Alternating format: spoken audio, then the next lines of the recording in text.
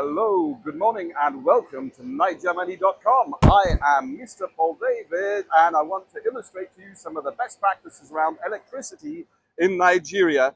And this is how it is, right? So we're at a pretty fancy beach house, far away from any electricity network, but this would be valid even on land because there are power cuts. I'll talk about that in a different video. So, I'll describe the tough times people have just getting electricity here. My gracious host, Richie Paul, purchased this diesel generator, new, never worked at all, right? Don't know why, but just didn't work. Then they purchased this one, which was working, but when we got here yesterday, it wasn't. Many people heroically tried to make it work for hours and hours, didn't work, means we didn't have air conditioning.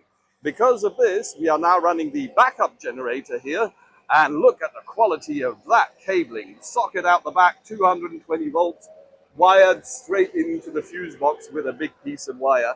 Then, for reasons which I'm not quite sure about, there's a second generator. Oh, I know what it is. There's a second generator over here, which is running this little electrical pump, which is pumping water into the pool. And again, you see there's wires going back here in the salt water. So, yep, I'm not going to stand any closer. However, this is average, and you know what? I would probably wire this myself if I lived like that, if I lived here. All right, bye.